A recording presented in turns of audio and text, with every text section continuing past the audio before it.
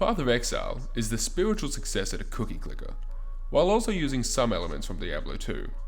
In the same vein as Cookie Clicker, you would have to be incredibly autistic to derive any form of pleasure from subjecting yourself to the amount of torture these games require just to see the numbers go up. Path of Exile is developed and owned by Grinding Gear Games, a subsidiary of Tencent,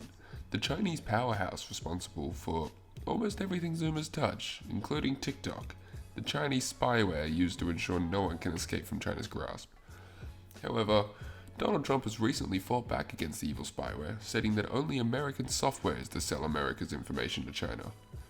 As a result, GGG has chosen to hide from Donald Trump's wrath in New Zealand, a lesser-known puppet state of China.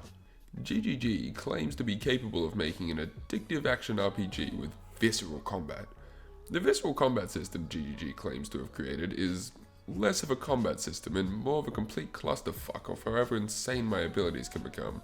due to the extensive set of multipliers and support gems that are available to me through this insanely confusing talent tree that I have come no closer to understanding in my 5 years of playing this game. With that being said, I can only imagine the immense amount of fun people who are actually smart enough to comprehend this talent system could have, crafting and perfecting the insane number of combinations offered in this bizarre system. Path of Exile is an extremely hard game to review, and you'll find basically two different types of reviews, where either the IGN game expert is complaining about how it took them 75 hours to complete the story and they missed several mortgage payments and their wife left them, or the other type of review, which is some crazy guy with a neck beard who is bragging about how it took them 75 hours to work out how to complete the story in 3 hours, and they missed several mortgage payments and their wife left them. You basically have two options when playing Path of Exile. Either be the happy-go-lucky casual that enjoys the story, runs out of time during the league, and is forced to play in Standard League, where your progress is never lost and you can continue at your own pace. All for the small price of extreme shame being brought upon your family, and no one who plays Path of Exile ever taking you seriously again. The alternative to this is to beg your pediatrician for an advancement on your next Adderall prescription, as the new Path of Exile League is coming out, and the only way you'll be able to fulfill the hours required to pump out your hardcore, solo self-found character is by putting in 200 hours on the opening week, and then burning out until the next league, after having lost their character for the 18th time this week because they weren't able to click their logout key fast enough.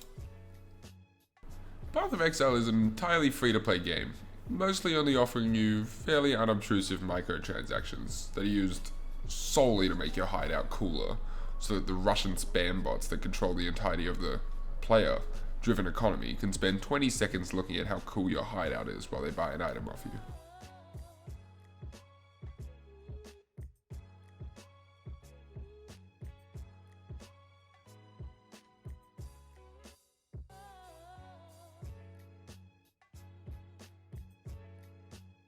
Alternatively, you can use the microtransactions to make the 800 spells a second your character covers your screen with look slightly more aesthetically pleasing, or have a giant fucking snake come out of your back every time you stop moving. Another positive feature of Path of Exile, and something you can do while wallowing in your regrets of the $1,200 you spent on your new hideout, is global chat. The chat has been cleaned up a lot since I started many years ago, much to the game's detriment. However, the chat is still made up of mostly dog whistles of some radical political ideology, and global chat still continuously finds a way to simultaneously be the most helpful community I've seen to new players,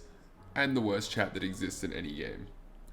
Mostly providing extremely cryptic, sarcastic responses that are impossible to decipher, but still technically correct, or telling people to Google it, knowing full well the only thing more cryptic and impossible to decipher than global chat is Path of Exile's wiki. Path of Exile's entire economy and core structure is based on funding Tencent's Chinese Bitcoin miners by ensuring that Path of Exile has little to no support in terms of add-ons or in-game functionality regarding trade. As a result, the game relies entirely on the delicate balance of Chinese farmers maximizing their Magic Find percent and joining the Adderall-filled gamers at the launch of every season to hack and slash their way through content, hoping to find these illustrious rocks that can be traded and flipped to the extensive army of Russian auto-trade bots before being redistributed back into our pockets, where we'll mindlessly bash